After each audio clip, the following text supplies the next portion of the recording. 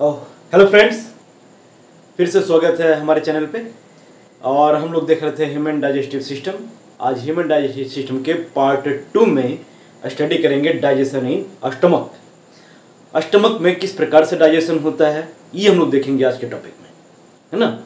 तो सबसे पहले हम लोग जानेंगे स्टमक के स्ट्रक्चर के बारे में कि स्टमक होता कैसा है।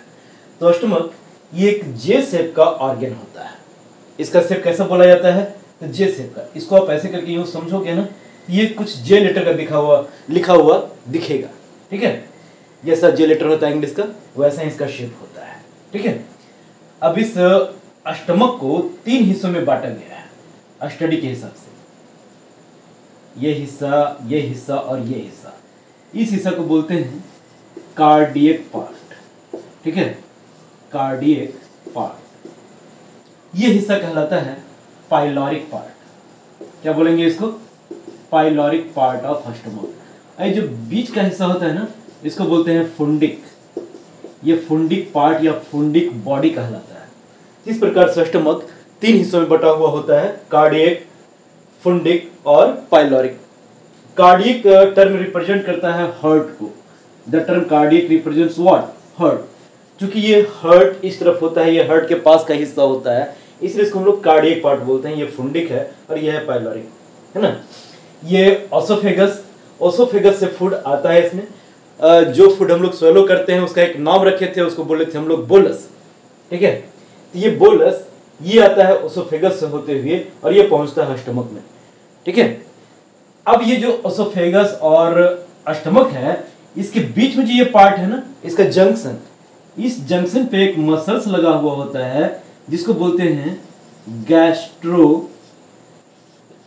ओसोफेजियल स्फिंक्टर, ठीक है। Gastro oesophageal sphincter. स्फिंक्टर एक मसल्स होता है, ये एक मसल है, ठीक है। कैसा मसल होता है ये? तो ये एक सर्कुलर मसल होता है जो हमेशा बंद रहता है, ठीक है। ये इस प्रकार से क्लोज्ड रहता है हमेशा और it prevents the outflow of food, ठीक है। क्योंकि एक बार अगर खाना अंदर आ गया और अगर ये ऐसे ढक्कन खुला हुआ रहता तो क्या होता? ये फूड वापस जा सकता था। अगर हम लोग शीर्षासन करते या फिर लेट जाते तो फिर से ये वापस चला जाता। तो ये वापस न जाए इसलिए यहाँ पे एक स्फिंक्टर मसल्स होता है जो हमेशा ही बंद रहता है, ठीक है। ये मसल्स तभी ओपन होता है जब फूड इसके अंदर आने का होता है और इस प्रकार से मसल्स खुलता है और फूड अंदर आ जाता है। इसके बाद ये फिर से हो जाता है बंद। तो यहाँ पे ओसोफेगस और स्टमक के बीच में जो मसल्स है इसका नाम गैस्ट्रो, ठीक है, गैस्ट्रो ओसोफेजियल स्फिंक्टर। एक दूसरा स्फिंक्टर यहाँ पे लगा हुआ होता है, क्योंकि अगर ये ओपन रहता तो हम लोग खाते जाते इधर से निकलते जाता, है ना। तो इधर से फूड निकलता नहीं है, फूड यहाँ पे स्टोर होकर के रहता है। तो एक मसल्स यहाँ पे भी लगा हुआ होता है। तो यहाँ पे जो मसल्स है इसको बोलते हैं पाइलोरिक स्फिंक्टर, ठीक है। कौन सा स्फिंक्टर बोलेंगे इसको? Pyloric sphincter. पाइलोरिक स्फिंक्टर ये होता है ड्यूडेनम और स्टमक के बीच में। गैस्ट्रो ओसोफेजियल स्फिंक्टर होता है ओसोफेगस और स्टमक के बीच में, ठीक है। अब ये स्टमक एक जे शेप का मस्कुलर बैग लाइक और हाईली इलास्टिक ऑर्गन होता है। इलास्टिक इसलिए क्योंकि ये फैल सिकुड़ सकता है और ये जितना अधिक इलास्टिक होता है उतना ही ज्यादा अमाउंट में फूड को ये स्टोर करके रख सकता है। Large amount of food it can store, ठीक है। इसका जो साइज बताया गया है from this to this part, यहां से यहां तक इसका साइज होता है 25 to 30 सेंटीमीटर, ठीक है। ये 25 से 30 सेंटीमीटर लॉन्ग बैग होता है। ये एडल्ट का बात कर रहे हैं। जो भी डाटा हम लोग देते हैं किसी भी ह्यूमन के बारे में बोल रहे हो या किसी दूसरे जानवर के बारे में बोल रहे हो, तो हमेशा हम लोग उसके एडल्ट के बारे में बात कर रहे होते हैं, बच्चों की बात नहीं कर रहे होते, है ना। तो किसी भी एडल्ट में से जो साइज होता है वो 25 से 30 सेंटीमीटर के अराउंड हो सकता है। It also depends upon the height and the physical structure, ठीक है। ये हो गया स्टमक का स्ट्रक्चर, ये कैसा होता है। अब स्टमक में काम क्या क्या होता है? तो जब फूड यहाँ पे आता है बेटा, सबसे पहले ये फूड को स्टोर करता चला जाता है and it can store food up to 3 to 3.5 hours. 3 से 3.5 घंटों तक ये फूड को स्टोर करके रख सकता है। अब इतना देर तक स्टोर करके रखता है तो कुछ तो करता होगा कि खाली संगार के रख ले रहेगा, उसको जमा करके रख ले रहेगा, ऐसा नहीं है। ये फूड को स्टोर करता है तो स्टोर करने के बाद कुछ प्रोसेस कर रहा होता है वो, ठीक है। ये क्या क्या काम करता है? तो सबसे पहले करता है चर्निंग ऑफ फूड, ठीक है, churning of food. What does mean by churning? Churning के प्रोसेस में करता क्या है, तो ये गैस्ट्रिक जूस के साथ फूड को मिक्सअप करने का काम करता है और उसको पीसने का काम करता है, ठीक है, क्योंकि ये मसल्स का बना हुआ है, ठीक है।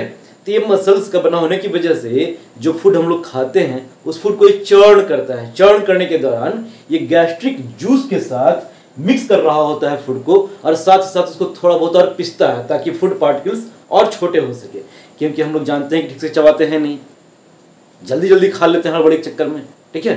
तो फूड और बढ़िया से जाकर के डाइजेस्ट हो इसके लिए उसको छोटे छोटे पार्टिकल्स में ब्रेक करनी जरूरी है, और ये ब्रेक करने का काम हमारा स्टमक बखूबी कर देता है by the process of churning. फिर ये फूड को स्टोर करके रखता है 3 से 3.5 घंटों तक। फिर ये क्या करता है, तो अभी बोले कि गैस्ट्रिक जूस को मिक्सअप करता है, तो इट सेक्रेट्स गैस्ट्रिक जूस, ठीक है। ये गैस्ट्रिक जूस सेक्रेट भी कर रहा होता है, गैस्ट्रिक जूस को मिक्स भी कर रहा होता है, ठीक है। ये फूड को स्टोर करके रख रहा होता है और यहीं पे डाइजेशन का प्रोसेस भी चल रहा होता है, ठीक है। Because gastric juice contains some digestive enzymes. कौन कौन से एंजाइम्स है वो भी हम लोग देखते हैं।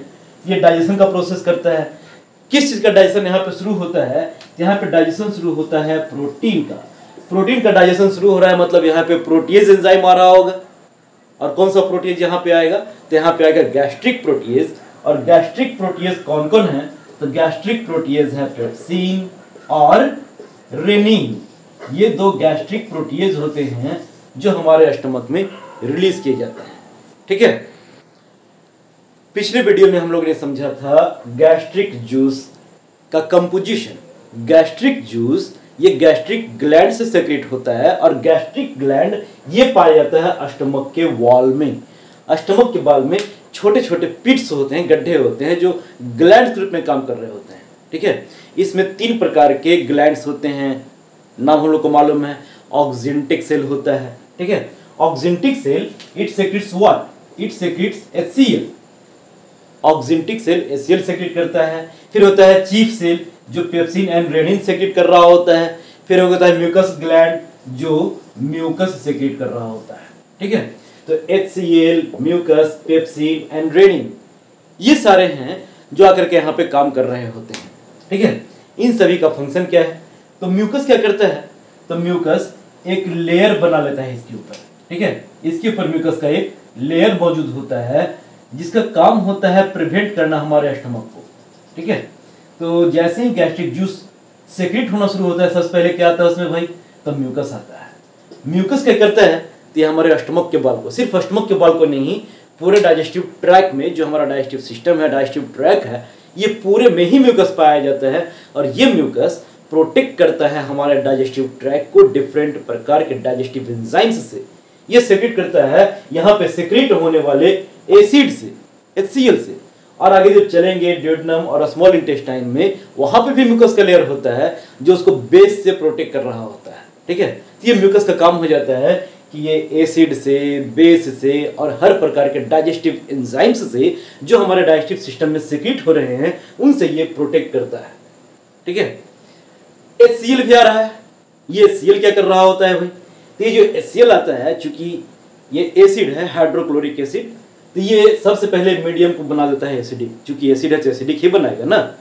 और जो फूड यहाँ पे आया, जो बोलस यहाँ पे आया, हो सकता है उस फूड में कुछ माइक्रोब्स मौजूद हो, उसमें से कुछ pathogen, you know pathogen, disease causing micro organism, उसको पैथोजन बोलते हैं।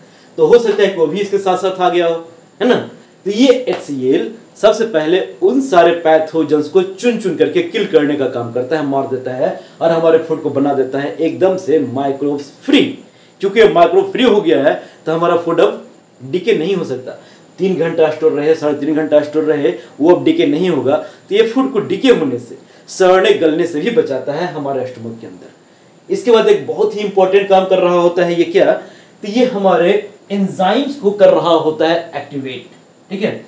किस एंजाइम को एक्टिवेट कर रहा होता है ये, तो हम लोग जानते हैं कि पेप्सिन जो होता है वो पेप्सिन के रूप में सेक्रेट नहीं होता, वो सेक्रेट होता है पेप्सिनोजेन के रूप में, ठीक है, पेप्सिनोजेन के रूप में।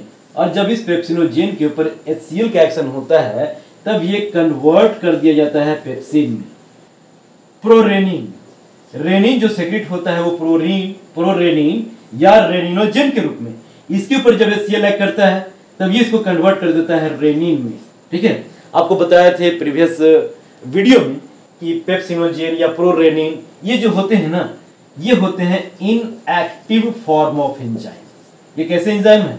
इनएक्टिव, और इसको HCl आकर के कर दिया एक्टिवेट और ये हो गया एक्टिव फॉर्म ऑफ एंजाइम। तो जब तक एंजाइम एक्टिवेट नहीं होगा ये काम कैसे करेगा? तो HCl एक बहुत ही इंपॉर्टेंट काम आकर के क्या, तो ये इनएक्टिव गैस्ट्रिक प्रोटीएजेस को, ये गैस्ट्रिक प्रोटीएजेस हैं। गैस्ट्रिक प्रोटीएज क्यों बोले इसको? तो ये गैस्ट्रिक ग्लैंड से सेक्रेट हो रहे हैं और प्रोटीन को डाइजेस्ट करने वाले हैं। ठीक है, तो गैस्ट्रिक प्रोटीएज जो इनएक्टिव फॉर्म में आया था उसको HCl एक्टिवेट करता है, और जब तक ये एक्टिवेट नहीं होंगे ये अपना काम करना शुरू नहीं करेगा। तो पेप्सिन किसके ऊपर एक्ट करता है?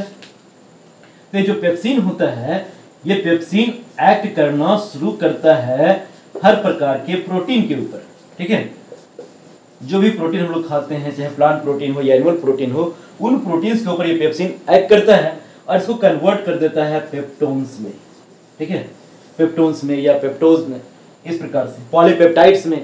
ठीक है, जो रेनिन होता है ये रेनिन किसके ऊपर एक्ट कर रहा होता है? तो रेनिन स्पेशलाइज्ड होता है मिल्क प्रोटीन के ऊपर एक्ट करने के लिए। बहुत ही इंपॉर्टेंट क्वेश्चन है बेटा ये कि रेनिन किसके ऊपर एक्ट करता है? तो it acts upon milk protein. Milk protein का नाम भी पूछा जाता है, तो ये नाम आप लोग एकदम नोट कर लेंगे। मिल्क प्रोटीन को बोलते हैं केसिन, और ये रेनिन इस केसिन को कन्वर्ट कर देता है किसमें? तो ये कन्वर्ट कर देता है इसको पारा केसिन में। ठीक है, तो रेनिन ये मिल्क प्रोटीन को डाइजेस्ट करना शुरू करता है। मिल्क प्रोटीन का नाम है केसिन, और वो केसिन को पारा केसिन में कन्वर्ट करता है। पेप्सिन एक्ट करना शुरू करता है किसी भी प्रकार के प्रोटीन के ऊपर except milk protein. Milk protein को ये डाइजेस्ट नहीं कर सकता, तो मिल्क प्रोटीन को छोड़कर बाकी जितने भी प्रकार के प्रोटीन हैं उन सारे प्रोटीन को डाइजेस्ट करने की जिम्मेदारी पेप्सिन की होती है, और वो उसको पेप्टोन्स में या पॉलीपेप्टाइड्स में या पेप्टोज में कन्वर्ट कर देता है। ठीक है, इस प्रकार से स्टमक के अंदर किसका डाइजेशन शुरू हुआ? यहाँ पे डाइजेशन शुरू हुआ प्रोटीन के, हर प्रकार के प्रोटीन का डाइजेशन स्टमक में ही शुरू होता है। किस मीडियम में शुरू हुआ? शुरू होता है एसिडिक मीडियम में। एसिडिक मीडियम बनाने का काम कौन करता है? एसिडिक मीडियम बनाने का काम करता है HCl। ठीक है, इस प्रकार से जो फूड होता है ना, अब ये फूड हो गया है पार्शियली डाइजेस्टेड। थोड़ा सा डाइजेशन हुआ है, प्रोटीन का डाइजेशन हुआ है, और इस प्रकार से जो पार्शियली डाइजेस्टेड फूड यहाँ पे तैयार हुआ, कैसा फूड? Partially digested. ठीक है, पार्शियली डाइजेस्टेड एसिडिक नेचर वाला फूड, एसिडिक फूड। इस पार्शियली डाइजेस्टेड एसिडिक फूड का एक नाम रखा गया है, इसको बोलते हैं काइम। ठीक है, ये भी एक इंपॉर्टेंट क्वेश्चन है कि पार्शियली डाइजेस्टेड फूड को क्या बोला जाता है? तो उसको बोला जाता है काइम। इस काइम का फॉर्मेशन हुआ स्टमक के अंदर।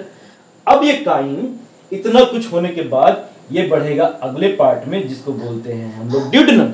Duodenum is the first part of a small intestine. ठीक है, तो इस प्रकार से ड्यूडेनम ये फर्स्ट पार्ट होता है स्मॉल इंटेस्टाइन का। तो अगली वीडियो में हम लोग समझेंगे स्मॉल इंटेस्टाइन में डाइजेशन का प्रोसेस, जो कि लास्ट होगा।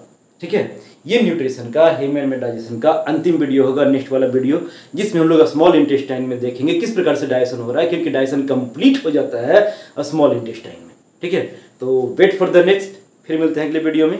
शब बखैर, नमस्कार।